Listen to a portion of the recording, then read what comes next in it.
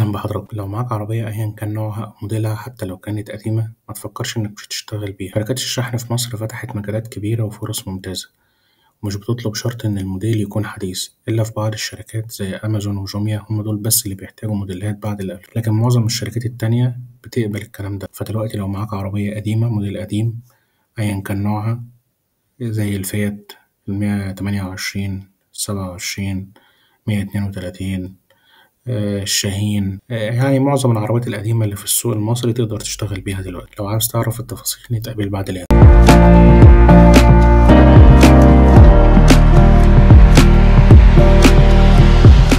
طيب دلوقتي هنتكلم عن أول حاجة إيه هي الشركات اللي محتاجة مناديب ممكن تشتغل فيها أو تقدر تشغل فيها عربيتك بموديل قديم. شركات مثلا زي بوسطة، شركة شحن زي سمسة، مايلرز، شركة شيب بلو، كارفور.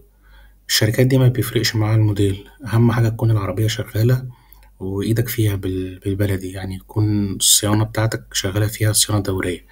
أهم حاجة ما يكونش أعطالها كتير. طيب هنيجي نتكلم عن ليه تشتغل أصلا في مجال الشحن. هنقول ده حاجة بتقدر تشغل بيها عربيتك، وتكون بديلة عن شركات النقل الذكي زي أوبر وكريم والحاجات دي اللي ما بتقبلش الموديلات القديمة. حاجة تانية الدخل كويس.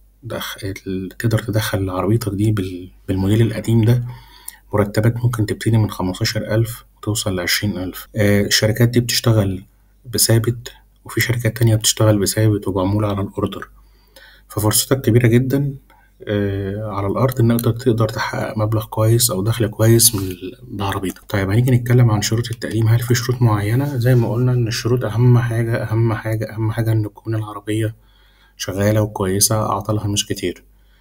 طول ما انت ايدك فيها او بتعمل لها صيانة دورية مش هيبقى في اعطال، وده هيجنبك اي مشاكل تحصل معاك في الشركة دي.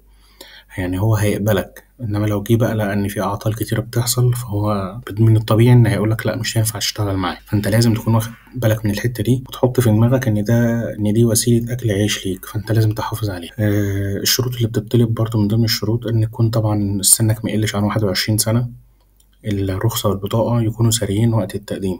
في بعض الشركات بتطلب موديل إن العربية يكون بعد ال2000، لكن أغلب الشركات بتقبل أي موديل بشرط إن العربية تكون شغالة بشكل كويس. طبيعة الشغل معروفة زي شركات الشحن واللي شرحناها في فيديوهات قبل كده، ممكن ترجع لها.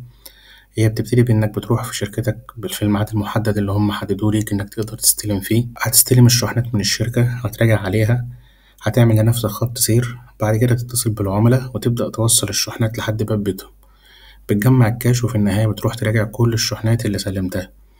يعني لو انت معاك أي شحنات حصل فيها أي مرتجع أو تأجيلات هترجع بيها على الشركة تاني وتورد الفلوس. بعض النصايح اللي احنا يعني لازم يعني تاخد بيها وانت شغال، زي ما قلنا رقم، بص أنا بعيد عليها تاني، اهتم بصيانة العربية بتاعتك بشكل دوري عشان تتجنب أي أعطال. لو حصل وعاوز تاخد أجازة في شركات الشحن لازم تبلغ قبلها عشان هو يقدر يوفر بديل. دايما راجع الشغل اللي بتستلمه وتتأكد من كل حاجة قبل ما تخرج.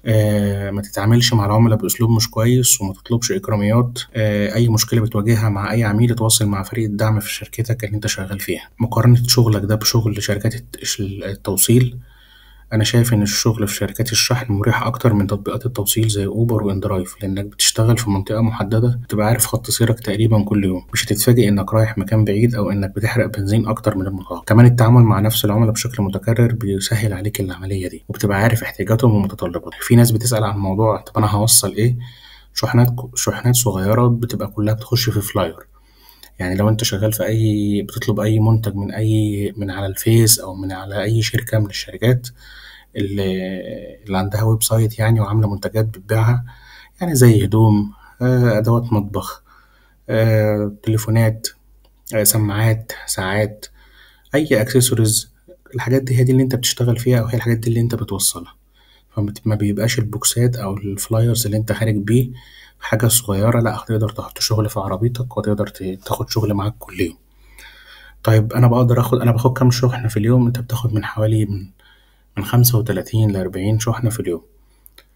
فرصتك كويسة جدا لو أنت معاك عربية، فحاول إن أنت تستغل الفرصة دي. الكل دلوقتي بيسعى إن هو يشتغل أو يدخل أو يزود دخله في ظل الظروف اللي إحنا فيها. لو معاك عربية ما تستناش، في فرصة كبيرة إنك تحقق دخل كويس، شغلها في شركات الشحن وابدأ دلوقتي. أنا تقريبا خلصت. لو الفيديو عجبكم تقدروا تشيروه مع أي حد يكون مهتم. اشترك في القناة، فعل الجرس، اعمل لايك لو الفيديو عجبك، وأشوفكم في الفيديوهات الجديدة إن شاء الله. شكرا.